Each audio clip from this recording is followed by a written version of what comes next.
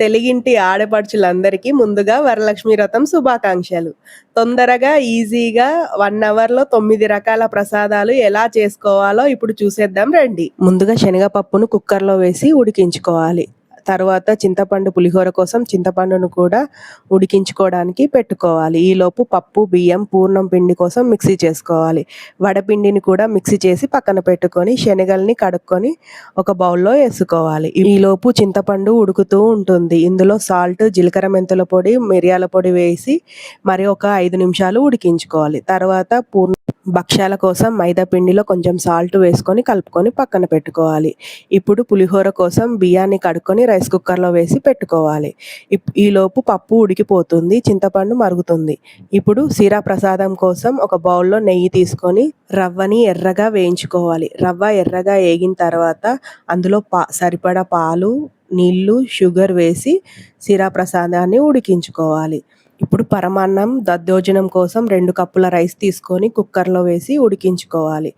తర్వాత పులిహోరని పోపు పెట్టుకోవాలి. ఒక మూకుట్లో ఆయిల్ తీసుకొని ఆయిల్ హీట్ అయిన తర్వాత ఆవాలు, జీలకర్ర, శనగపప్పు, మినప్పప్పు, మిరియాలు, పల్లీలు, కరివేపాకు, ఎండుమిర్చి వేసి వేయించుకోవాలి. పసుపు కూడా వేసి పోపు రెడీ అవుతుంది. ఇప్పుడు ఇందులో మరిగిన చింతపండును వేసి ఒక 2 నిమిషాలు ఉడికించుకుంటే పులిహోర పులుసు రెడీ అయిపోతుంది. ఈలోపు అన్నం ఉడికిపోతుంది. ఈ అన్నాన్ని 2 పార్ట్స్‌గా డివైడ్ చేసుకోవాలి. పరమాన్నం కోసం, ఒకటి దద్దోజనం కోసం డివైడ్ చేసుకోవాలి. ఒక పాట్లో పరమాన్నం కోసం కరిగించుకున్న బెల్లం వేసుకొని కలుపుకోవాలి. బెల్లం కరిగిన తర్వాత పాలు వేసుకొని ఒక 2 నిమిషాలు ఉడికించుకుంటే పరమాన్నం రెడీ అయిపోతుంది. ఇప్పుడు దద్దోజనం కోసం కొంచెం అన్నంలో సాల్ట్, పాలు వేసుకొని మంచిగా మిక్స్ చేసుకోవాలి.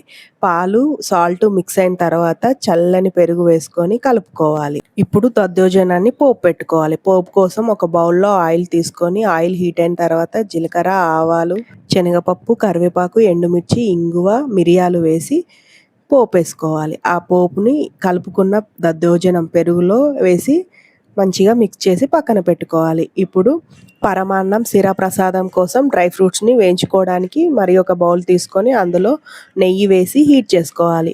నెయ్యి హీట్ అయిన తర్వాత డ్రై ఫ్రూట్స్ వేసి మంచిగా గోల్డెన్ బ్రౌన్ కలర్లో వేయించుకొని సీరా ప్రసాదంలో, పరమాన్నంలో వేసుకొని నెయ్యి వేసి కలుపుకుంటే పరమాన్నం, సీరా ప్రసాదం కూడా రెడీ అయిపోతుంది. ఇప్పుడు పులిహోర కోసం రైస్ని చల్లార్చుకోవాలి. చల్లారిన రైస్లో కొంచెం సాల్ట్ వేసుకొని పులిహోర పులుసు వేసుకొని పులిహోరని కలుపుకోవాలి. పులిహోర కలుపుకొని పక్కకు పెట్టుకుంటే సగం ప్రసాదాలు రెడీ అయిపోతాయి.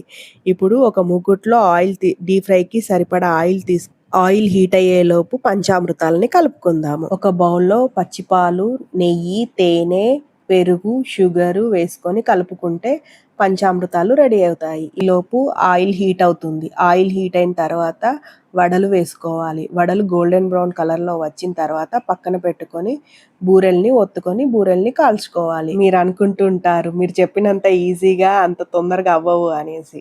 కానీ పండగ రోజు కొంచెం ముందుగా లేసి ఇవన్నీ రెడీ చేసేసుకుంటే ఒక పెద్ద పని అవుతుంది. తర్వాత పూజను ప్రశాంతంగా కూర్చొని చేసుకోవచ్చు. ఫెస్టివల్ అంటే ముందుగా గుర్తొచ్చేదే ప్రసాదాలు. మీలో ఎంతమందికి ప్రసాదాలు అంటే ఇష్టమో చెప్పండి.